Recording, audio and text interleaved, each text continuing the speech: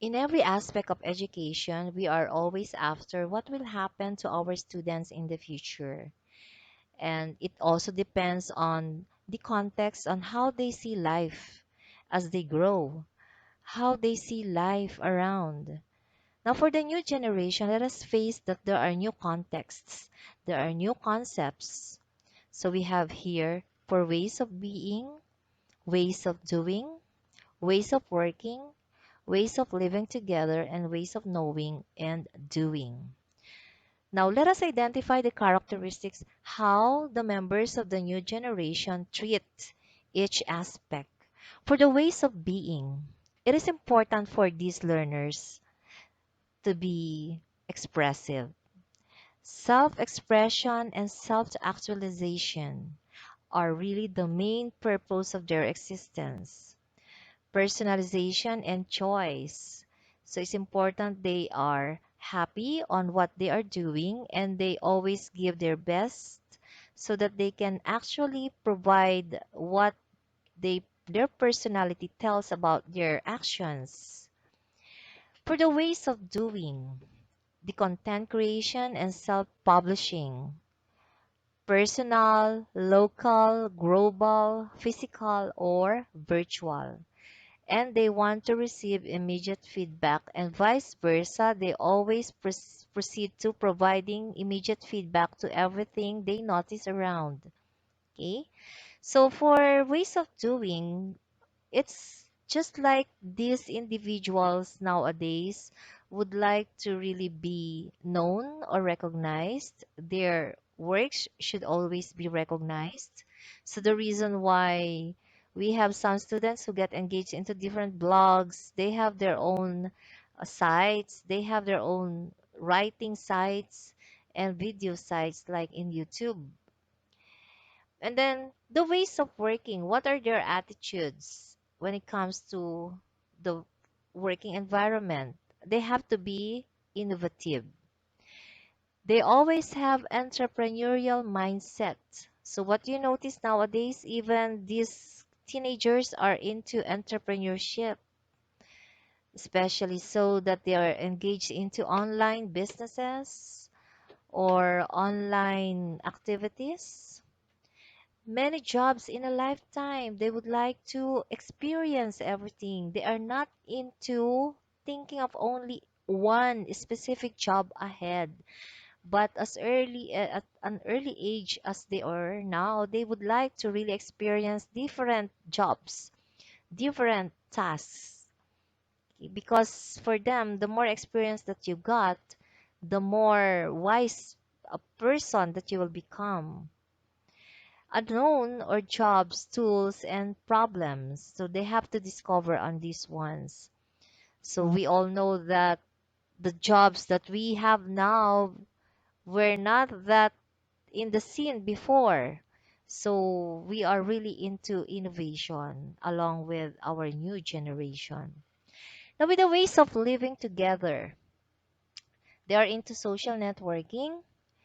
The new definition of community is beyond the so-called societies within the barangay, beyond the zone or the puroks or the streets that they are into, beyond the villages that they are into.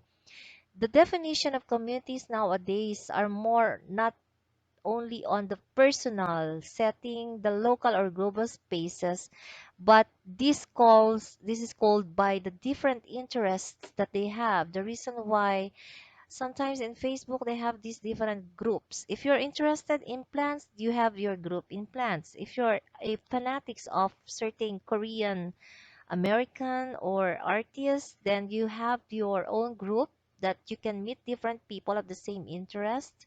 And if you are fond of gadgets or cars or vehicles, then you have a place under the sun. You have a place within the internet. You have the different groups, even just an ordinary Facebook account, then you can create your own space with different people in one community of the same interest.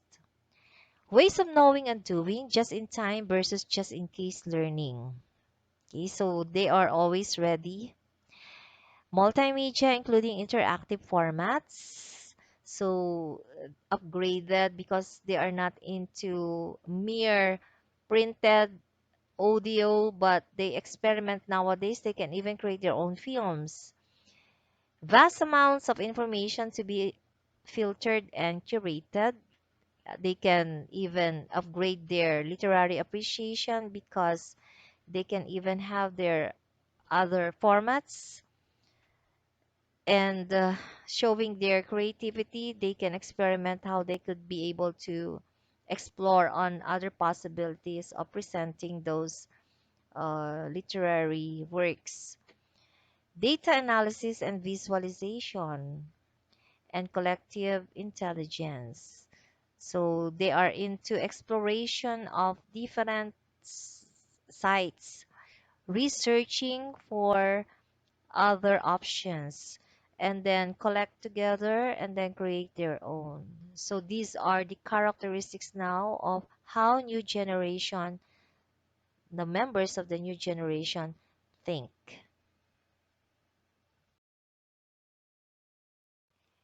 Since you are now very much familiar with the characteristics of the first 21st century learners, the new generation, who are usually the students that we will be dealing nowadays, we have to identify those specific activities that you can provide to them so that you can sustain their interest. Now we have here Hale and Fisher's transformational matrix. This can be a guide on identifying the possible activities that you can utilize around. First, it could be a low impact on learning or low impact on engagement, and that's only under conformity, meaning you just provide the students some activities and the students just follow. So both no learning or low impact also on engagement. Number two is reform. There could be high impact on learning but low impact on engagement. It's more on memorization. It's more on the facts, but how these facts and concepts will remain in their minds for them to get engaged into will be somewhat weak, especially that you provided a very weak set of instructional setting or very weak activities either by individual or by group.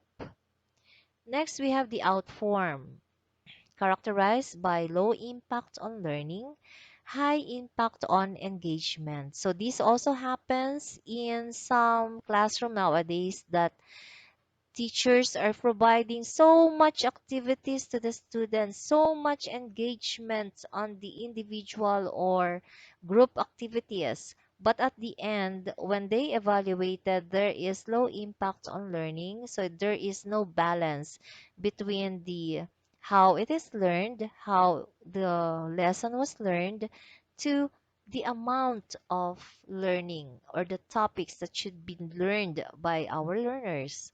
And then transform. This is more of higher impact on learning and the same high impact on engagement. There's a balance on the amount of topics that were mastered by the students, the amount of topics, the courses provided, and how the activities were provided, how the teachers made them engaged into different, probably by individual or by group activities, so that they can have the learning of the full topics on a particular chapter. I'm sure that from Hale and Fisher's transformational matrix, You have in your mind what are the possible activities that you would like to provide to your students so that there will be balancing of what you want them to learn and at the same time how you would like them to learn it, like the amount of engagement activities that you would like to provide our students. However, in the details of lesson preparation, it would not be complete unless you are very much familiar with the different terminologies. These terms are sometimes used interchangeably, but they should not be because they have their own definitions and they have their different roles in lesson execution.